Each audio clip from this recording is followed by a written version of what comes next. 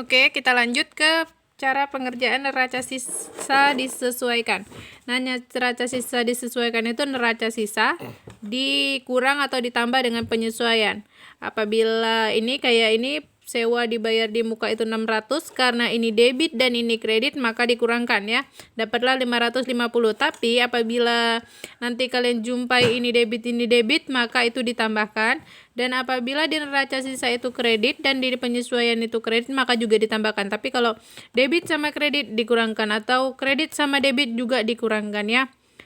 Dan untuk peletakannya, karena ini lebih besar dan 600 dikurang di debitnya 600, di kreditnya 50, dan hasilnya lebih besar di debit, maka letaknya di debit juga.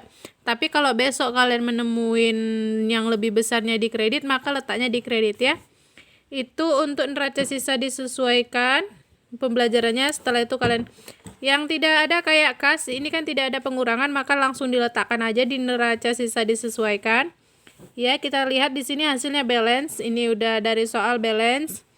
Penyesuaiannya balance dari jurnal penyesuaiannya, dan neraca sisa disesuaikan juga balance. Oke, kita masuk ke pengerjaan laba rugi.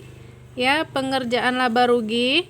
Yang dicatat di dalam laba rugi hanya pendapatan dan beban-beban. Ya, kita lihat di sini ada pendapatan 4 juta.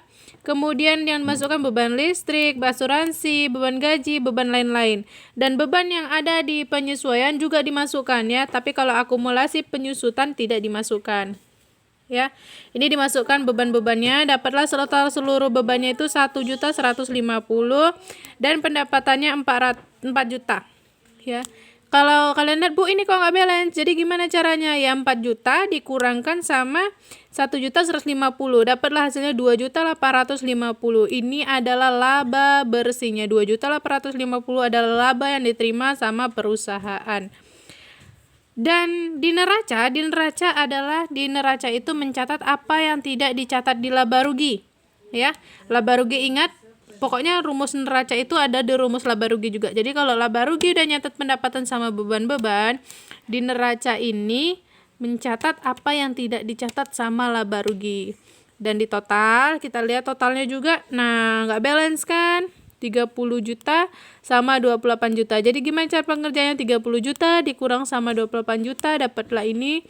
Maka yang 2.850 ditambahkan ke yang paling kecil, dapatlah hasilnya totalnya semua balance. Laba rugi balance dan neracanya juga balance. Oke, terima kasih. Semoga kalian mengerti.